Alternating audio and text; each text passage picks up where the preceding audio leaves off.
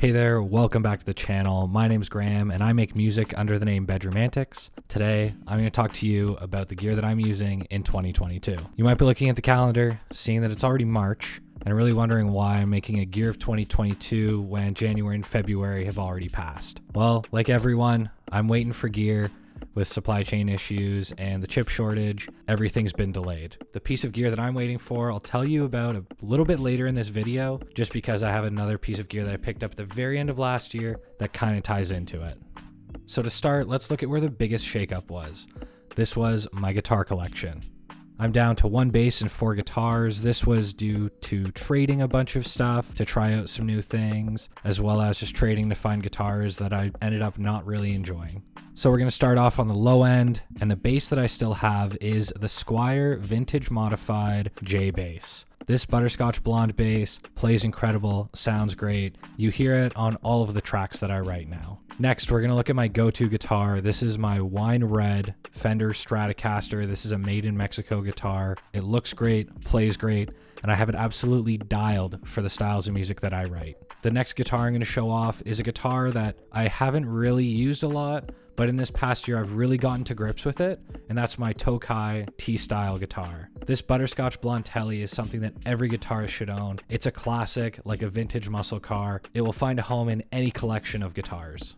The next guitar we're going to look at is my edge case guitar. This is the Epiphone Dot. I picked this guitar up when nothing else is working for a song and I just need something, some sort of magic to happen. And when I pick up this guitar, that magic comes in the form of P90s. These things go from absolutely clean to all the way dirty, and it's just a fantastic guitar to play around and create tones with. And to round out the 6 strings, we have the Simon & Patrick Acoustic. This guitar hangs in the back of all of my video calls that I've been on this past year, and it works really well when I need to add that acoustic bedroom vibe to a track. Next up, we've got the mandolin and the banjo. These are things that I said that I was going to practice more.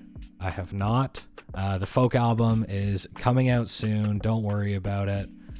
Just something that I need to sit down and practice a little more to sort of hone those chops. And moving into guitar pedals, I have one in my collection, and it is the Electro Harmonix 720 stereo looper. I picked it up last year and I got used to looping and figuring out what my whole workflow would be for that. And I love the fact that it's a stereo looper, so I have 2 channels.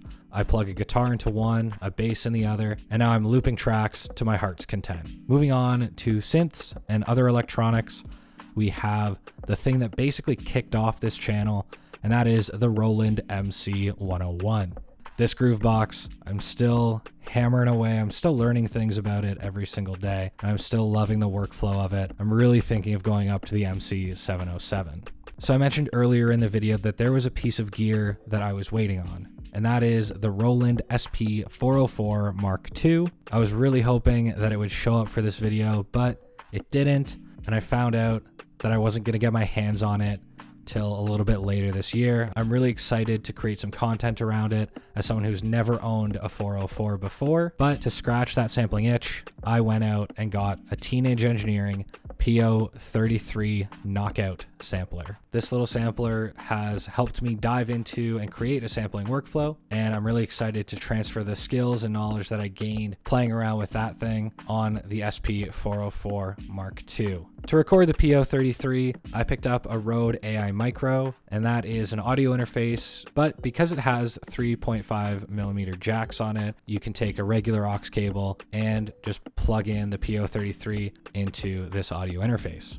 This really helped me when I was creating my Beat Per Day series, where I created a beat every day in the month of January to kick off the year. The Rode AI Micro helped because I was able to plug the PO33 directly into my phone, which is what I used to record the video of, and then everything was synced. I didn't have to worry about grabbing the audio file from somewhere, putting it into a project, and then exporting the video. Moving on to the desk, that has pretty much stayed the same. I'm still rocking the Focusrite Scarlett 18i20 as my audio interface and basically the heart of my desk. And my studio monitors are still the M-Audio BX8As. Both pieces of gear I've been really happy with, and I feel like I've gotten to know them pretty well, so I'm excited to continue to work with them.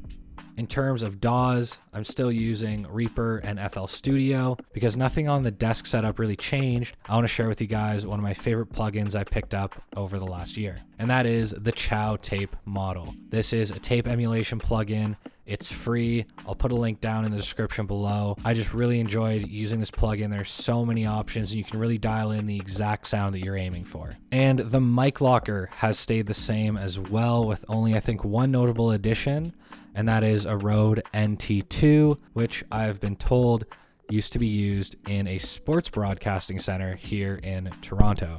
So other than the Rode NT2, I've got a Shure SM57, an ART D7 dynamic mic, an Apex 435 condenser, an Apex ribbon microphone, and a pair of Rode pencil condensers. These are the microphones that I'm going to be using on all the projects I work on this year. So that rounds up the gear that I'm starting 2022 with. I already have the SP404 Mark II coming in later this year.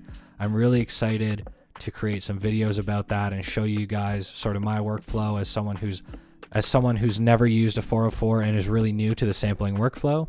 And if you want to learn more about any of the pieces of gear that I talked about today, please drop a comment down below. I would be happy to answer any of your questions. Please like this video if you liked it, and subscribe so that you don't miss anything that goes on right here on the Bedroom Antics YouTube channel. Thank you so much for watching. I'll catch you in the next one.